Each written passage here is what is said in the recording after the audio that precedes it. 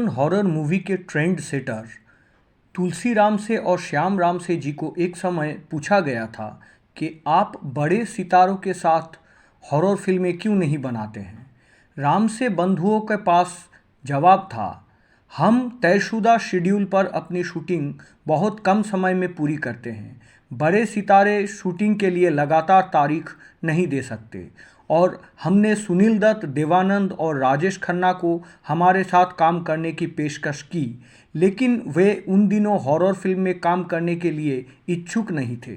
हालांकि सुनील दत्त नहीं माने, लेकिन बाद में देवानंद और राजेश खन्ना ने राम से ब्रदर्स के साथ काम करने में दिलचस्पी दिखाई। लेकिन ये फिल्म प्रेमियों का दुर्भाग्य है कि पहले देवानंद और इसके बाद राजेश खन्ना के साथ राम से ब्रदर्स की हॉरर फिल्म ओम का काम आखिरकार ठंडे बस्ते में चला गया। हालांकि देवानंद ने हॉरर फिल्मों में अभिनय नहीं किया, लेकिन राजेश खन्ना ने फिर वही रात और वो फिर आएगी नामक 2 हॉरर फिल्मों में अभिनय किया है।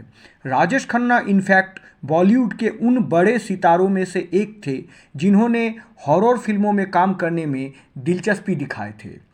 1980 में रिलीज हुई फिल्म फिर वही रात की कहानी एक अनाथ लड़की आशा पर केंद्रित है, जो एक गर्ल्स हॉस्टल में रहती है और उसका मरा हुआ पागल आंटी हमेशा उसके बुरे सपने में आकर उसे डराता है। जब स्थिति संगीन हो जाता है, तब आशा की करीबी सहेली शोभा उसे उसके प्रेमी विजय के पास ले जाता है, जो कि एक मनोचिकित्सक है। डॉक्टर विजय ने जब आशा की जांच की, तब उन्हें पता चलता है कि आशा जब छोटी थी तब उसकी आंखों के सामने उसकी पागल आंटी ने उसकी बीमार मां का कत्ल कर दिया था। इसके वजह से आशा ट्रॉमाटिक हो गई। इस बात के अलावा डॉक्टर विजय आशा में और किसी बीमारी का कोई लक्षण नहीं पाते हैं और उसे अपने पुरानी यादों को भुलाकर उससे दूर कहीं घूम के आने की सलाह देते हैं। लेकिन आशा को अपने मृत आंटी के बुरे सपने से छुटकारा नहीं मिलती है। छात्रावास में अन्य स्टूडेंट्स के और उनके माता पिताओं के शिकायत के वजह से हॉस्टल वार्डन आशा को छात्रावास छोड़ने के लिए कहता है। आशा उनके साथी डॉक्टर विजय और दोस्त शोभा के साथ अपने पुश्तैनी हवेली जाने का फैसला करती है। उस विशाल जमींदार हवेली के देखभाल करने वाले विश्वनाथ और उनकी बेटी गौरी थी। आंटी के खौफ का कहर हवेली में भी आशा के पीछा करता है। वो एक डरावनी दिखने वाली महिला को हवेली के गलियारे में घूमती फिरती देखती है, जिसका चेहरा भी काफ़ी भयानक थी। डॉक्टर विजय इस बात की तफ्तीश में जुड़ जाते हैं, मगर उन्हें कुछ समझ में नहीं आता है कि आखिर माजरा क्या है। कुछ दिनों के लिए डॉक्टर विजय को किसी काम से शहर वापस जाना पड़ता है। उसी रात जब विजय शहर के लिए निकला, आशा ने उस डरावनी दिखने वाली औरत को फिर से एक बार हवेली के गलियारों से नीचे जाते हुए देखा। उस रहस्यमयी महिला की मौजूदगी का खौफ हर रात आशा को सताता है और आशा की मानसिक स्थिति दिन ब दिन और बिगड़ जाती है। खबर मिलते ही डॉक्टर विजय जब हवेली में लौट रहे थे, तब आशा के चचेरे भाई अशोक के साथ सड़क पर उनकी मुलाकात होती है।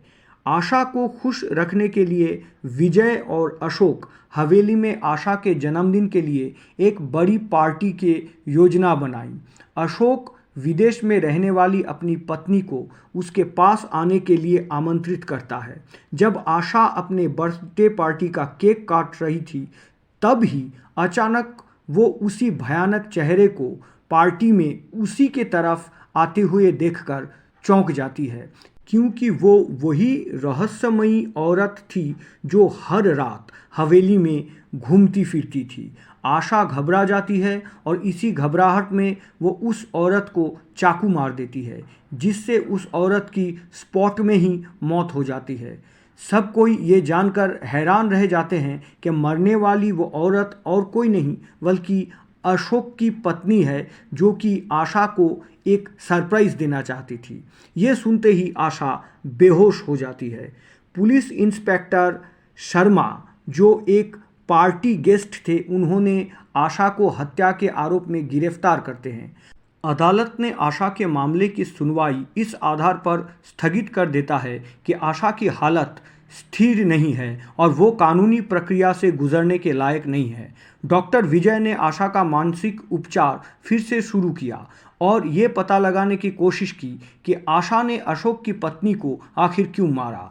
उसने आशा को बताया कि अशोक की पत्नी पार्टी के दिन ही पहली बार फॉरेन से भारत आई थी और इस बात की कोई संभावना नहीं है कि आशा ने उसे उसके जन्मदिन से पहले उस हवेली में घूमते हुए देखा हो। लेकिन आशा यकीन से कहती है कि उसने अशोक की पत्नी को ही रात के समय हवेली में कुछ देर के लिए देखता है।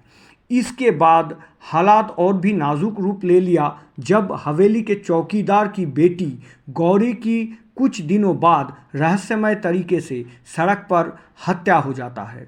इस बार आशा की प्रेमिका शोभा को भी घर के आसपास एक डरावनी शक्ल की औरत की मौजूदगी का एहसास होने लगता है। डॉक्टर विजय और इंस्पेक्टर शर्मा ने इस राज को उजागर करने के इरादे से जांच पड़ताल शुरू करते हैं। आशा को क्यों घबराहट होती है? आशा की मृत मानसिक असंतुलित आंटी की पहचान क्या है? अशोक की पत्नी कौन है? गौरी को किसने मारा? हवेली में घूमते हुए आशा ने किसको देखा? अंत में क्या हुआ? इन सारे सवालों के जवाब खोजने के लिए आपको फिल्म फिर वही रात ज़रूर देखनी पड़ेगी। इस फिल्म के डायरेक्टर डैनी डेंगजोम्पा खुद है और बतौर निर्देशक डैनी पूरे अंक मिलने के हकदार है। ये फिल्म एक बिल्कुल ही अलग तरीके की हॉरर सस्पेंस फिल्म है और इसके क्लाइमैक्स भी काफ़ी इंटरेस्टिंग है। फिल्म के कहानी और पटकथा के लेखक है ध्रुव चैटर्जी। बहुत बेहतरीन तरीके से उन्होंने फिल्म को सजाया, कहीं भी कोई मिसिंग लिंक या गोंजमेल नहीं है। मेकअप और हॉरर सीन के डिपार्टमेंट में ये फिल्म रामसे ब्रदर्स के बहुत से फिल्मों से टक्कर ले सकते हैं। कुछ सीन्स तो उनसे भी बेहतर है। राजेश खन्ना अगर हीरो है तो उस फिल्म में गाने का एक खास अहमियत तो ज़रूर होता है। आर.डी. बर्मन के धुन में संग मेरे निकले थे साजन और बैठे थोड़े ही दूर चल के, छलकाओ झूम के पैमाना खुशी का, हंस के जो गुजार दे जीना है उसी का, या फिर देखो इधर देखो ऐ मेरे हमसफ़र जीवन के सफ़र में मुड़ के क्या देखना। किशोर कुमार और आशा भोसले की आवाज़ में इन फिल्मों के सभी गाने एक से बढ़कर एक हैं। हालांकि सबसे बढ़िया गाना फिल्म की थीम सॉन्ग है जो कि लता मंगेशकर जी ने गाए हैं। गाने का बोल है, बिंदिया तर से कजरा बर से आए ना साजना, ढल गई रैना बुझ गई बाती, मैं खड़ी आंगना। इन फिल्मों के गाने को आप ज़रूर सुनिए। फिल्म में एक ही बोरिंग डिपार्टमेंट या जगह है, वो है जगदीप का बेकार कॉमेडी। लेकिन इस फिल्म में जगदीप का एक अहम भूमिका है। इस फिल्म का एक गाना जो मोहम्मद रफ़ी ने गाए हैं जगदीप पर फिल्माया गया और उस गाना इस फिल्म के ट्विस्ट में एक अहम कड़ी है। अगर दर्शक वो गाना मिस कर जाता है तो वो एक अहम कड़ी को मिस कर जाएगा। आशा के भूमिका में किम, शोभा के किरदार में अरुणा ईरानी, गौरी के रोल में तमन्ना, चौकीदार विश्वनाथ के किरदार में A.K. हेंगल और हॉस्टल वार्डन के रोल में ललिता पावर ने बहुत अच्छा प्रदर्शन किया। इंस्पेक्टर शर्मा के कैमियो रोल में सुरेश ओबेरॉय की उपस्थिति बहुत स्मार्ट है।